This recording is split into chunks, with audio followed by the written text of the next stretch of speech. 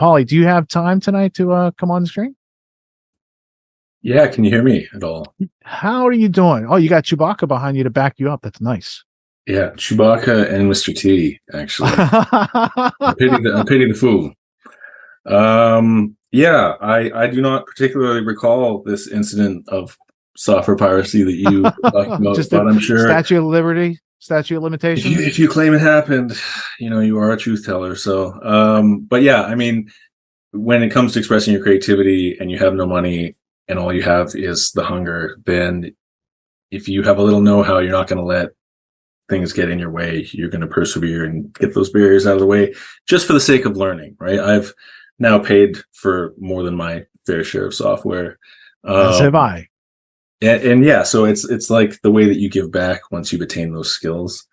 And man, autonomy taught me a lot of skills, man. Like, as much as you're being so kind with your words, I've learned from you. You went from a Padawan to a Jedi extremely quickly, and then quickly exceeded anything that I was doing. And I continue to learn to this day. But I would say the biggest thing that I learned through the autonomy course itself was to get out of my own way and to organize my time better. And as much, I did do a mastermind for season 8. I was leading one of the groups there as a way of trying to give back. But I feel like I've more been a moonlighter, popping in every now and again. And been spending the last year, because my wife also took the autonomy course and she started a YouTube channel. And in January, she hit 10,000 subscribers. So talking to Joshua, I started developing a course on how to get to 10,000 subscribers. But yesterday she crossed 155,000 subscribers. So now the course has evolved into a much more comprehensive, because it's like you never stop learning. And at some point you just have to cut off, like, here you go.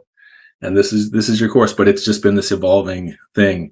And we wouldn't have been able to stay on the horse, have the persistent mindset, and develop our way toward where we're at, which is, I've been at Vancouver Film Studios for the last 8 years, and I just gave my 2 weeks notice because I can work with my wife full time on her YouTube channel, and then have time to now, oh man, like, so much going on. But from editing back in 2006, 2007 to visual effects work, high-end green screen stuff. I'm a licensed drone pilot. I've been doing all this AI stuff with Stable Diffusion and working on some crazy stuff.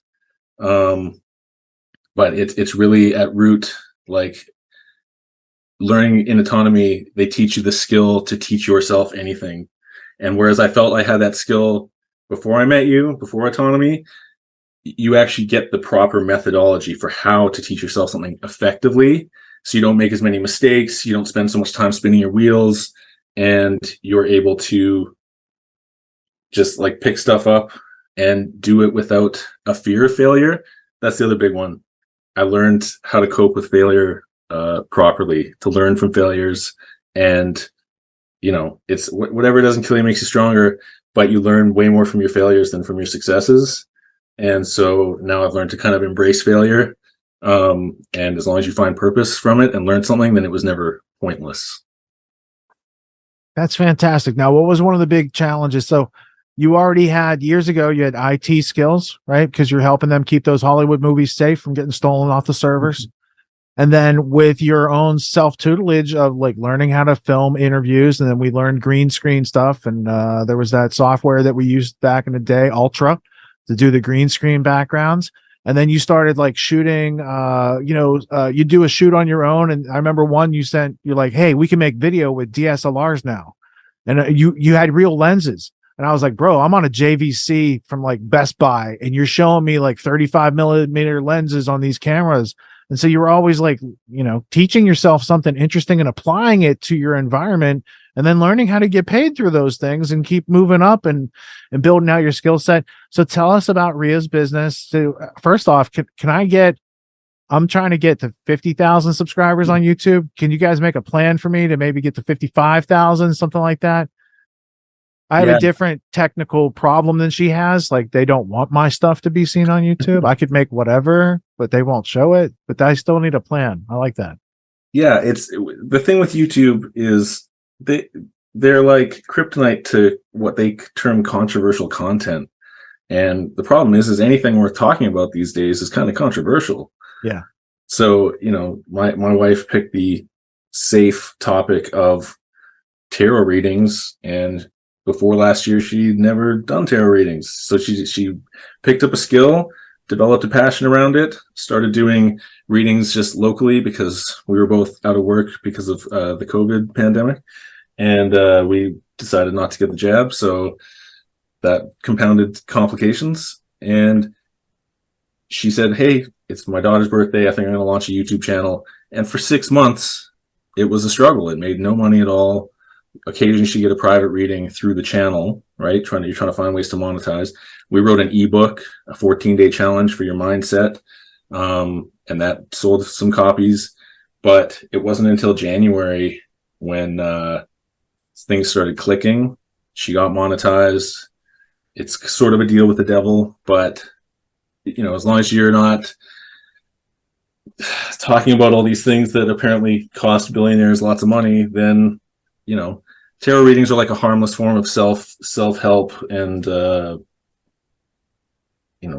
just ways for motivation and inspiration, right? So her service is she's good at expressing to people how to inspire themselves and stay motivated, and that's just a useful thing to help people get over that hump. So I think the growth is a testament to the value. Like, we get a lot of feedback, and we have a lot of different ways that we've monetized on the channel beyond just AdSense, just with offering product services.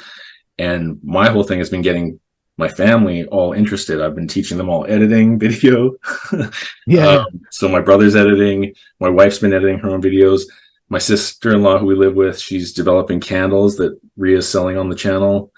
And it's just, you're kind of unlocking the entrepreneurial spirit in people who've done the 9 to 5 for so long that the dream is almost like turned into a little tiny drop. And you're just like, hey, let's pull this forward, expand it, show them. We're showing them through Ria's channel that it's not as impossible as you might think. It's not insurmountable. It just takes the commitment and the work and the consistency And the methodology with that, because like you guys are doing proper titles, tags, descriptions, links, end cards. You're probably like checking all the boxes for what done right looks like. Yeah.